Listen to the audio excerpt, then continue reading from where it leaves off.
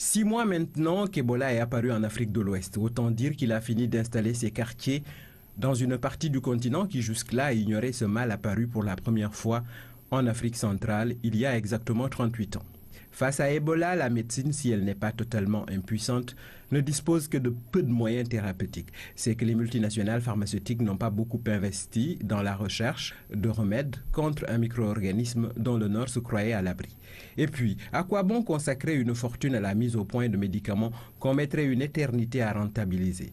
Parce que la fièvre Ebola est avant tout une maladie des pays pauvres, aux infrastructures sanitaires délabrées ou inexistantes, des zones à la nature abondante mais ravagées par des guerres fratricides et ruinées par la malgouvernance. Ajoutez à cela le fatalisme, l'attachement aux rituels funéraires communautaires de contact, l'hygiène sommaire, la fiction des frontières et vous obtiendrez un TNT viral qui envoie des éclats mortels loin de l'épicentre. L'évolution de la maladie peut être comparée à une suite géométrique dont la raison est facile à déterminer.